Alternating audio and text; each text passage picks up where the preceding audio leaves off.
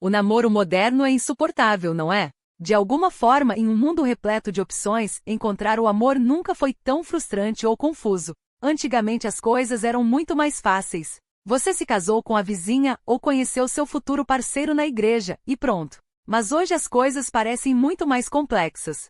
Não nos casamos apenas com o vizinho e as comunidades religiosas já não são os locais de eleição para encontrar um cônjuge. Olhamos para além das antigas estruturas que outrora regulavam a nossa vida amorosa, para um mundo aberto com oportunidades infinitas. Ao contrário do passado, o casamento tornou-se opcional, pelo menos no Ocidente. Agora estamos explorando o mundo emocionante do namoro casual, das situações e dos amigos com benefícios. Novas formas de relacionamento aumentaram nossa liberdade de moldar nossas vidas amorosas como acharmos adequado. Mas eles também complicaram as coisas. Além disso, os aplicativos de namoro colocam lenha na fogueira, garantindo-nos acesso a um pool de namoro de muitos milhões de candidatos em potencial. E assim alguém que procura um parceiro romântico é confrontado com esta complexidade e escolhas sem precedentes. O que parece ser uma coisa boa. Mas será que esse é realmente o caso? Quando se trata do número de pessoas em relacionamentos sérios ou casamentos, o quadro é desolador. De acordo com o Pew Research Center, 31% dos adultos norte-americanos dizem que são solteiros, o que significa que não são casados, não vivem com um parceiro e não têm um relacionamento sério. Entre os jovens de 18 a 29 anos, esse número salta para 41%. A Europa Ocidental apresenta padrões semelhantes e países como o Japão e a Coreia do Sul são ainda mais afetados. Em todos estes locais, está claramente em curso uma crescente epidemia de solteiros. Então algo está errado. Este vídeo explora o que está acontecendo no namoro moderno e se há algo que possamos fazer a respeito. Meu nome é Stefan. Esta não é uma voz de inteligência artificial. Eu sou uma pessoa real. Assine meu boletim informativo se quiser se manter atualizado sobre todo o meu conteúdo e considere apoiar meu trabalho no Patreon. Obrigado e espero que você goste deste vídeo. Lembro-me que quando criança toda a ideia de casamentos arranjados me parecia horrível e ridícula. Quem quer que sua família escolha sua namorada ou namorado? Quem quer que outros decidam com quem se casar? Imagine não poder escolher o parceiro íntimo. Imagine cair de ponta-cabeça com alguém, mas sua família proíbe vocês de ficarem juntos. Parecia uma enorme restrição à liberdade pessoal e em muitos aspectos é. Mas tais restrições e regulamentações sobre a vida amorosa eram a norma em muitas partes do mundo e em algumas culturas ainda são, embora estejam em declínio em todo o mundo. Nossas vidas amorosas costumavam estar inseridas em instituições sociais e econômicas e as razões pelas quais uma pessoa se casaria com outra eram principalmente racionais. Casar-se-ia por razões financeiras, por motivos familiares ou talvez por piedade religiosa. Coisas como romance, atração e intimidade certamente tinham o seu lugar, mas estes não eram princípios orientadores. Portanto, para muitos, o mercado de namoro altamente regulamentado e baseado na racionalidade parece extremamente indesejável. Sem dúvida havia algumas vantagens. Como o amor era tão controlado, o advento de encontrar um parceiro, casar e constituir família foi, na verdade, gravado em pedra, digamos, nas comunidades cristãs tradicionais. Claro, havia pessoas atípicas, pessoas impróprias para o casamento, como o idiota da aldeia ou alguém com deficiências físicas ou mentais significativas. Mas para a maioria, encontrar um parceiro para a vida era um caminho já traçado pelo seu ambiente. Do ponto de vista existencial, o amor pertencia mais ao domínio da facticidade. Foi apenas uma daquelas coisas muito ditadas pelo ambiente e no caso de casamentos arranjados, decididas por outros. Coube aos envolvidos tirar o melhor proveito disso. No Ocidente, os casamentos arranjados começaram a declinar há séculos. Quando os meus avós se casaram, por exemplo, escolheram-se livremente. Mas ainda tinham limitações porque o mundo naquela altura era muito mais pequeno e muitas vezes limitado à aldeia e comunidade de cada um. O livro Moderador N. Romance de Aziz Ansari, baseado em extensa pesquisa, mostra que os casais de idosos geralmente eram do mesmo bairro, muitas vezes até da mesma rua. Naquela época havia menos ênfase em encontrar o parceiro perfeito, alguém com muitas coisas em comum e tantas características desejáveis quanto possível. Queria-se apenas um cônjuge, que muitas vezes acabava sendo alguém do mesmo bairro. O garoto ou a garota da casa ao lado pode não ter sido o candidato mais compatível ou ideal, mas se ele ou ela fosse bom o suficiente, você provavelmente conseguiria fazer com que funcionasse. E como as pessoas estabelecem padrões mais baixos umas para as outras, ao determinar se alguém era bom o suficiente para casar, a grande maioria das pessoas se casou, muitas vezes permanecendo juntas até o fim. Avancemos para hoje e as coisas mudaram drasticamente. Prezamos a liberdade individual e uma ampla gama de opções em relação à nossa vida amorosa. Vemos essa liberdade expressa ao nosso redor, no nosso ambiente imediato, nos filmes, nas séries da Netflix e nas redes sociais. Para a maioria de nós, a liberdade de escolher quem amamos e com quem estar é um dado adquirido. Mas também há desvantagens nesse tipo de liberdade. Fizemos a transição da ordem do amor regulamentado para o caos do amor não regulamentado. Existencialmente, o amor mudou para o domínio da liberdade. Mas com essa liberdade também veio a incerteza. Como muitos podem atestar hoje, encontrar o amor, e muito menos o casamento, não é mais um dado adquirido. Há uma epidemia de solteiros em muitos países ocidentais, mas também em lugares como a China, que luta contra as chamadas mulheres que sobraram, um termo depreciativo para mulheres chinesas instruídas e independentes que não conseguem encontrar um parceiro. Como as estruturas arcaicas que antes regulavam o amor foram corroídas, estávamos praticamente sozinhos quando se tratava de encontrar um parceiro. Nossos pais praticamente não desempenham nenhum papel em nos ajudar a encontrar o amor e bater na porta do vizinho com uma aliança de casamento seria assustador. Quero dizer, por que você se casaria com o vizinho se você pode conhecer alguém melhor na faculdade ou durante uma mochila na Tailândia ou em uma viagem de trabalho? Por que você se limitaria à sua vizinhança se o mundo oferece infinitas opções? A rápida liberdade de que desfrutamos agora também traz consigo grandes desafios. Como muitos hoje se perguntam, onde posso encontrar alguém? O que devo procurar em um parceiro? Que sentimentos devo sentir? Certa vez, um amigo meu me disse que uma das condições para ele determinar que encontrou a mulher certa é que eles deveriam pelo menos se sentir perdidamente apaixonados por ela. Mas a longo prazo, o casamento estável é, na verdade, um critério muito bom. Os casamentos antiquados não eram forjados por sentimentos intensos, mas esses casais não eram sem amor, segundo Ansari. Os sentimentos um pelo outro desenvolveram-se com o tempo. Hoje o que importa são sentimentos e queremos esses sentimentos rapidamente, de preferência à primeira vista. E se não os tivermos, muitas vezes olhamos mais longe, o que é bastante diferente em comparação com a forma como as pessoas eram no passado, como escreveu Ansari. Queremos algo que seja muito apaixonante ou fervilhante desde o início. Antigamente as pessoas não procuravam algo fervendo, só precisavam de um pouco de água. Depois que o encontraram e se comprometeram com uma vida juntos, eles fizeram o possível para esquentar as coisas. Agora, se as coisas não estão fervendo, comprometer-se com o casamento parece prematuro. Fim da citação. Assim procuramos alguém que evoque em nós certos sentimentos. Mesmo que os sentimentos, especialmente aqueles associados à paixão, sejam incrivelmente inconstantes. Na verdade, eles podem nos cegar, levando-nos a tomar decisões erradas.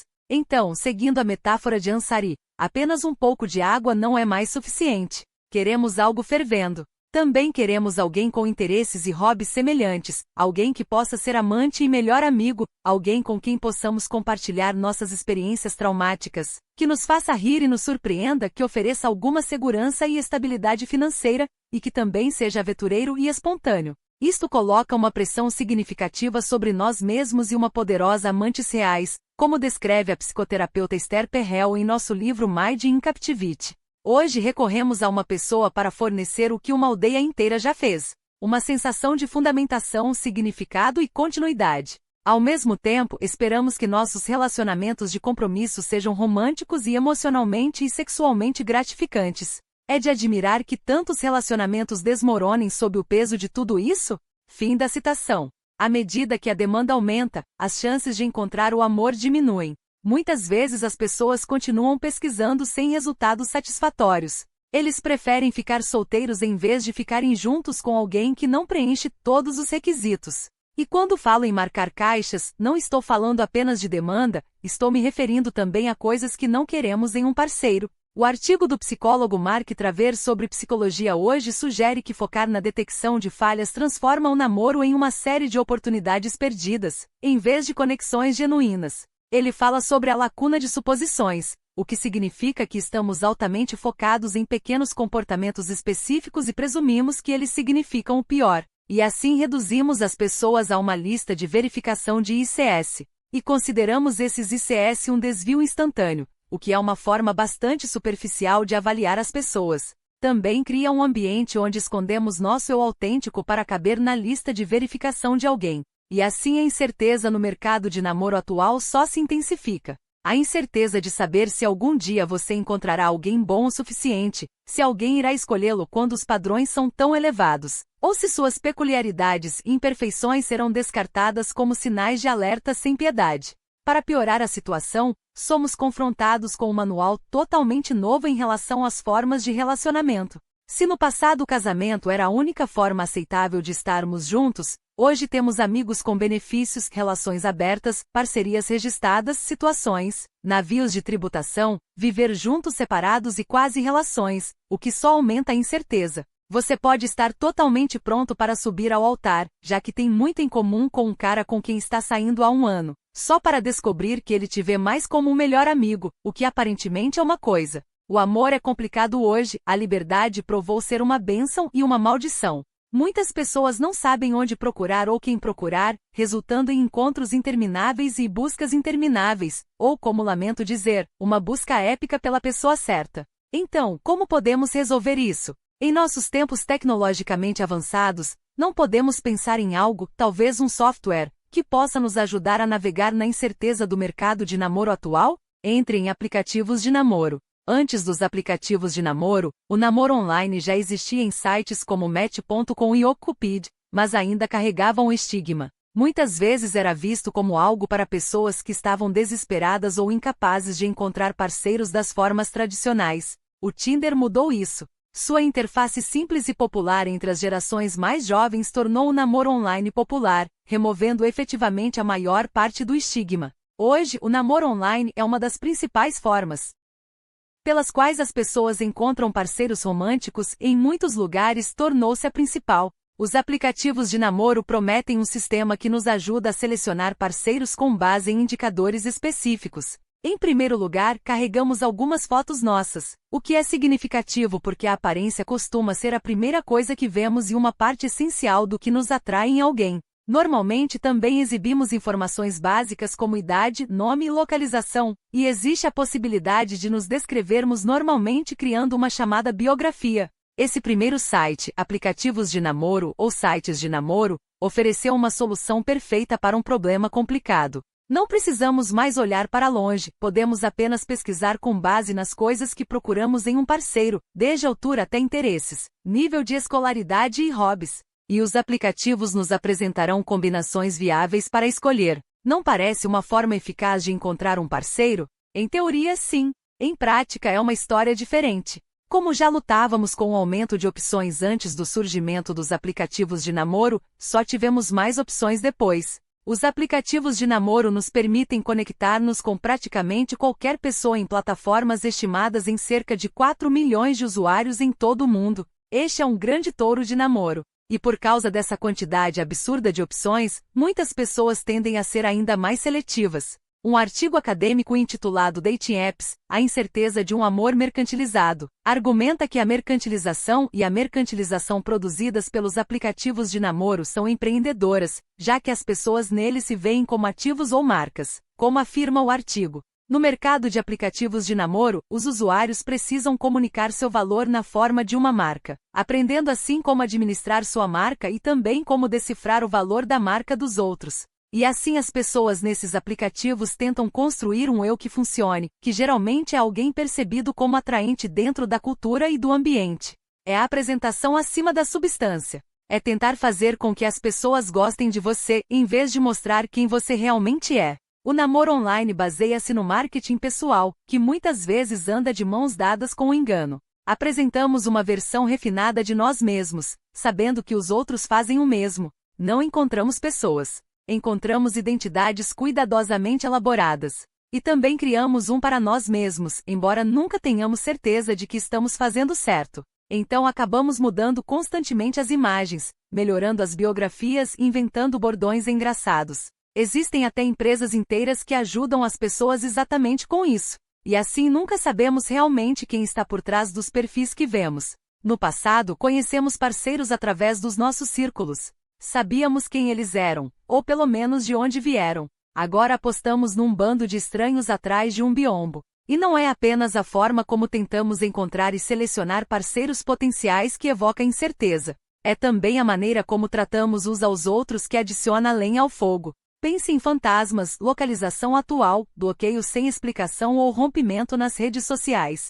Pense em como é muito mais fácil trapacear hoje em dia, pois podemos enviar mensagens para bilhões de pessoas nas redes sociais ou ter bate-papos ocultos em nossos telefones. Embora haja muito mais no namoro moderno, esta foi uma breve visão geral de onde estamos. A questão agora é: como podemos avançar? Apesar da epidemia de solteiros e das altas taxas de divórcio de hoje, nem tudo está perdido. As pessoas ainda estão namorando, casando e tendo filhos. É muito diferente. Ou digamos, há 50 anos, havia mais solteiros, mais pessoas sem filhos e menos casamentos. Não podemos negar que muitas pessoas estão insatisfeitas com a forma como as coisas estão atualmente. Muitos vivenciam a solidão e estamos lidando com grupos como os incels ou os hikikomori no Japão, ou mulheres que sobraram na China. Não sou treinador de namoro, nem especialista em relacionamentos, nem sociólogo, e não sei como resolver esses problemas. E também acho que a situação é altamente complexa. Mas surgem algumas ideias, baseadas no que acabamos de falar, que gostaria de compartilhar. Acho que priorizar profundamente os aplicativos de namoro seria um bom começo. Em vez disso, junte-se a algum tipo de comunidade que facilite conexões na vida real. Um clube esportivo, um clube de hobby ou até mesmo uma comunidade religiosa, se essa for sua preferência. Isso também restringe as opções, o que parece ruim, mas como já descobrimos antes, o excesso de escolha é, na verdade, parte do problema. Então vamos abandonar o perfeccionismo. Estabelecer padrões realistas é o caminho a seguir. Evite a mentalidade desagradável. Todo mundo tem falhas. Ninguém é perfeito. E eu diria tornarmos-nos mais autossuficientes, o que significa que não esperamos que um parceiro satisfaça todas as nossas necessidades sociais, o que simplesmente não é realista. Além disso, a água não precisa ferver. A fervura é suficiente para que a alquimia aconteça. E ao buscar um relacionamento de longo prazo, concentre-se nas qualidades que o tornam possível, como comunicação, disposição para se comprometer, objetivos compartilhados e ética semelhante. Eu também diria: aceite a natureza transitória das coisas. Viva em tornar-se em vez de ser. Amor e compromisso podem ser cultivados. Veja, a água morna pode ser fervida. Por outro lado, a aparência desaparecerá. O status pode desaparecer da noite para o dia e a riqueza pode desaparecer num instante. Estar ciente do funcionamento da mudança pode nos ajudar a fazer escolhas mais sábias. Mas permanece um grupo de pessoas que, por qualquer motivo, simplesmente não tem sorte no amor, apesar de sua busca. É como se eles estivessem nadando contra a corrente há muito tempo. Talvez sejam negligenciados como opções viáveis de namoro, à medida que as pessoas se tornam cada vez mais superficiais, focadas principalmente em fatores como aparência, status e dinheiro. Pressionar essas pessoas apenas para apertarem o cinto, permanecerem positivas e continuarem tentando, torna-se uma espécie de otimismo cruel. Como alguém que está em um relacionamento, mas também está solteiro há muito tempo, ou seja, anos a fio, eu diria que estar solteiro não é tão ruim assim. E não, isso não é uma solução, pelo menos não na minha experiência. A solidão que acompanha a vida de solteiro me trouxe muitas coisas boas, e uma profunda sensação de paz é uma delas. Outra grande vantagem da solidão é como minha vida tem sido simplificada durante esses períodos e quão profundamente posso me concentrar em meu trabalho criativo. E não esqueçamos a liberdade de fazer o que quiser sem ter que considerar um parceiro. Essas vantagens serão afetadas quando você estiver em um relacionamento íntimo. Se você realmente valoriza a paz, o foco e a liberdade que a solidão oferece, ser solteiro pode ser uma experiência deliciosa. E se você acredita que toda a sua identidade ou felicidade depende de estar com alguém, essa é uma história profundamente limitante para contar a si mesmo e que vale a pena examinar, na minha opinião. Claro, as narrativas dominantes sobre amor e relacionamentos podem sugerir o contrário, mas a vida é muito, muito mais do que fazer parte de um casal. A propósito, fiz um vídeo inteiro sobre ser solteiro, então dê uma olhada se você estiver interessado. Gostei de fazer esse vídeo e espero que vocês tenham gostado de assisti-lo. Por favor, compartilhe suas experiências com o namoro moderno nos comentários, pois eles podem gerar discussões significativas. Obrigado por assistir.